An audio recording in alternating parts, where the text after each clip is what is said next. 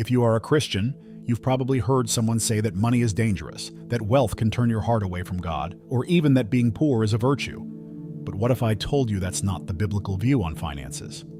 The truth is that many Christians are trapped in wrong beliefs about money, and this is limiting their lives and preventing them from fulfilling God's purpose.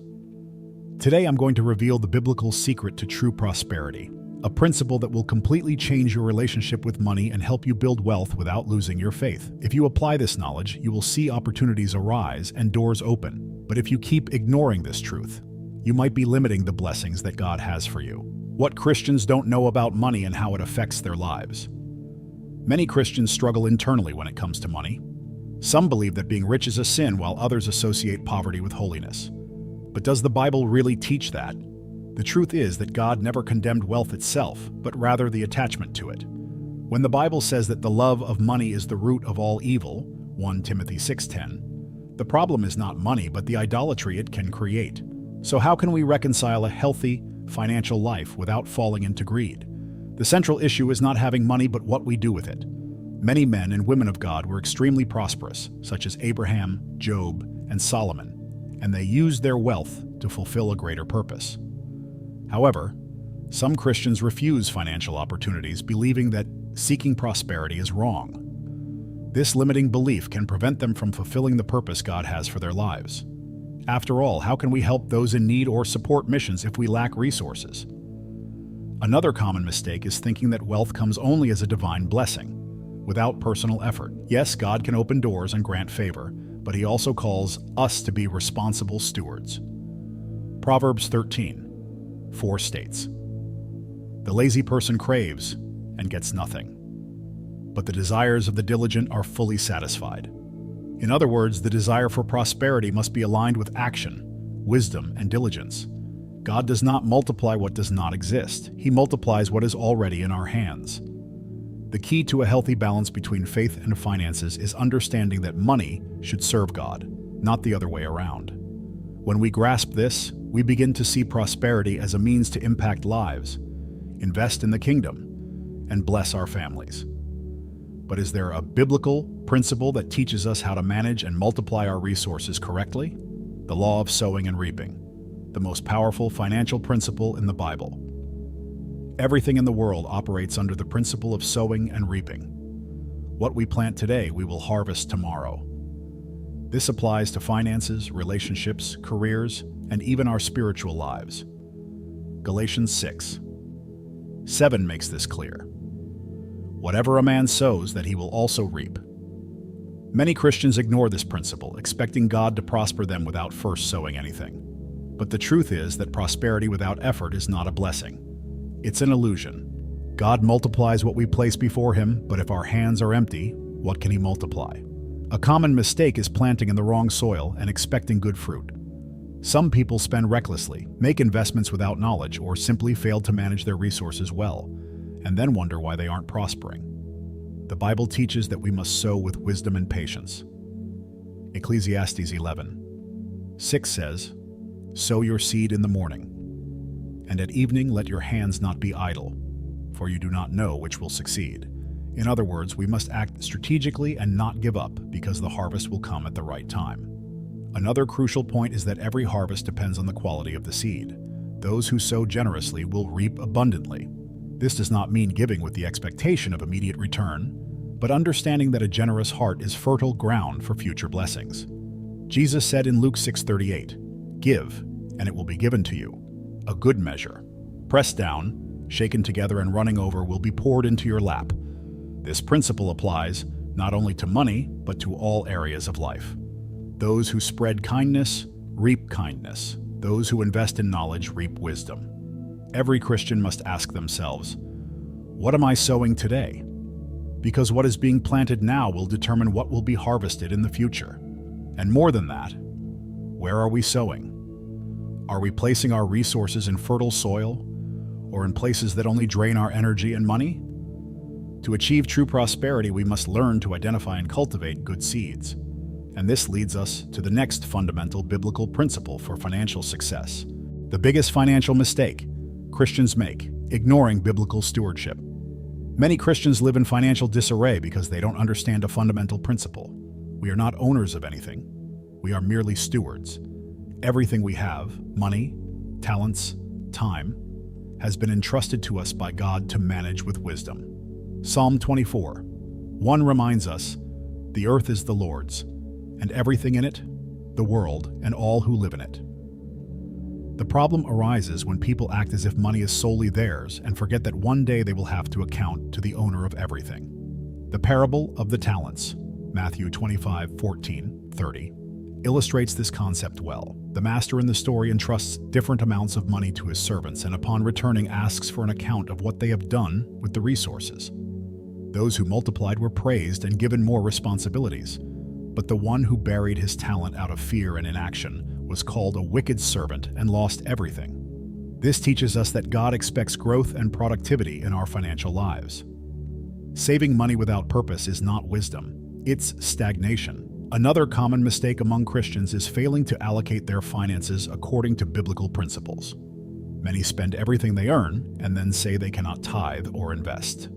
Proverbs 21:20 warns, "The wise store up choice food and olive oil, but fools gulp theirs down." This means that we must plan, save, and invest strategically. A faithful steward organizes their finances, pays their debts, and knows where every cent is going. True biblical stewardship teaches us to multiply resources to bless others and expand God's kingdom. When we understand that money is a means, not an end, we start managing with purpose. This leads us to the next crucial principle, the power of excellence and how it opens doors to financial opportunities. The power of excellence and how it attracts opportunities. Many Christians ask God for better financial opportunities, but they don't ask themselves, "Am I becoming excellent at what I do?" The Bible teaches that excellence not only pleases God, but also opens doors and attracts favor. Proverbs 22:29 states, "Do you see someone skilled in their work?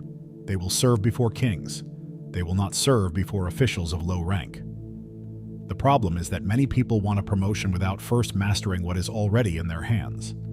God rewards those who are faithful in the small things before entrusting them with much. In the professional and business world, excellence makes all the difference. If two people are competing for an opportunity, who will be chosen? The one who does only the bare minimum, or the one who delivers impeccable, reliable, and dedicated work? The financial market works the same way. Investors don't put money into mediocre businesses, but into those that demonstrate quality and growth. Excellence builds trust, and trust opens doors to prosperity. A major mistake Christians make is believing that praying for blessings is enough without acting with diligence. Faith without works is dead. James 2:17. Joseph in Egypt prospered because he was excellent in everything he did, and God placed him in charge of the entire economy of the country. Genesis 41:38, 41. He didn't just trust God, he managed, planned, and executed with wisdom. Those who want to grow financially must follow this model, learning, developing skills, and becoming a reference in their field. Excellence is not limited to work. It applies to how we manage our money, how we treat people, and how we handle opportunities. People who do everything with excellence naturally stand out. But there is an even greater secret to financial growth. Investing in the right knowledge, because that is where true wealth begins to be built. Wealth is in knowledge, the Proverbs' principle for financial success. The Bible is clear. Wisdom is more valuable than gold. Proverbs 4:7 teaches, "Get wisdom, get understanding. Do not forget my words or turn away from them." The problem is that many Christians want financial prosperity, but they don't dedicate themselves to learning about money. They pray for blessings but reject the knowledge that creates them. In the investment world, for example, those with the right information make better decisions. On the other hand, the lack of knowledge leads many to debt and poverty. Financial knowledge is not just about numbers. It involves mindset, strategy, and long-term vision. Successful people study how to multiply their resources, how to avoid waste, and how to build assets that generate income. While some spend everything they earn without thinking about the future, others learn to invest, save, and create passive income sources. The difference between those who prosper and those who remain in scarcity is not luck, but their level of financial understanding. Unfortunately, many people say, "I'm not good with money," or "that's not for me." But the truth is, everything can be learned. If someone can learn to drive or cook, they can also learn to manage their finances. The issue is not ability, but commitment to seeking knowledge. Proverbs 19. 2 warns, desire without knowledge is not good. How much more will hasty feet miss the way? This means that financial decisions made without wisdom lead to losses. If knowledge is the key to wealth, then the first step toward financial transformation is to seek information and apply it. But there is one major obstacle that prevents many people from growing financially: a scarcity mindset that keeps them trapped in fear and limitation. Abundance mindset versus scarcity mindset, which one is blocking your success? The way we think about money defines our financial reality. A scarcity mindset sees limitation, fear, and lack. An abundance mindset sees opportunities, growth, and God's provision. Many Christians live trapped in the belief that they will never have enough, forgetting that God himself is called Jehovah Jireh, the Lord who provides, Genesis 22:14. If he calls us to live a life of purpose, why would he limit us financially? The problem is not in God's provision, but in our perspective on money. A scarcity mindset makes people believe that money is evil, that wealth is only for a select few, or that spiritual growth requires financial poverty. But the Bible teaches the opposite. God wants us to have enough to live well and bless others. Psalm 23:1 states, "The Lord is my shepherd, I lack nothing."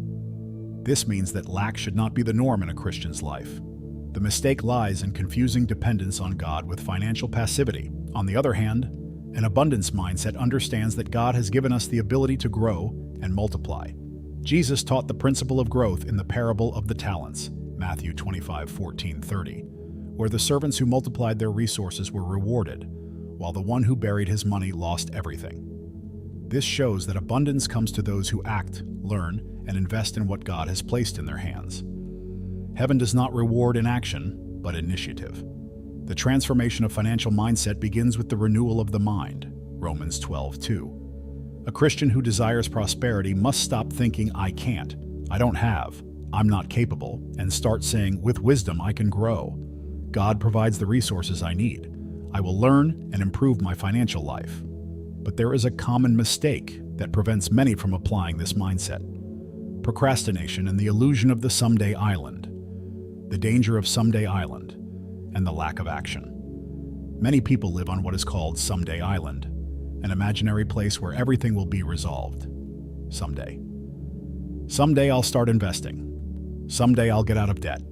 Someday I'll have a budget. The problem is that this day never comes, because financial procrastination is one of the greatest thieves of prosperity. Proverbs 6:9-11 warns, "How long will you lie there, you sluggard? When will you get up from your sleep? A little slumber, and poverty will come on you like a thief." Procrastination is born out of fear and insecurity. Many avoid making financial decisions because they fear failure, losing money, or facing difficulties. But the truth is that the cost of inaction is greater than any financial mistake. Those who never start saving will never accumulate wealth. Those who never invest will never grow. Those who never learn about money will never prosper. Fear paralyzes, while faith and wisdom propel us forward. God did not call us to live trapped in excuses, but to be diligent and manage well what he has entrusted to us. Luke 16:10. Another problem with Someday Island is the illusion that there will be a perfect moment to act. But the truth is that the best time to change your financial life is not tomorrow, it's now. Ecclesiastes 11:4 warns, "Whoever watches the wind will not plant. Whoever looks at the clouds will not reap." In other words, those who wait for perfect conditions will never move forward. Small, consistent actions are more powerful than big plans that never materialize. If procrastination is a silent enemy of prosperity, what is the first step to breaking this cycle? Seeking wise counsel and learning from those who have already walked this path. The Bible teaches that where there is no guidance, a people falls, but in an abundance of counselors there is safety. Proverbs 11:14.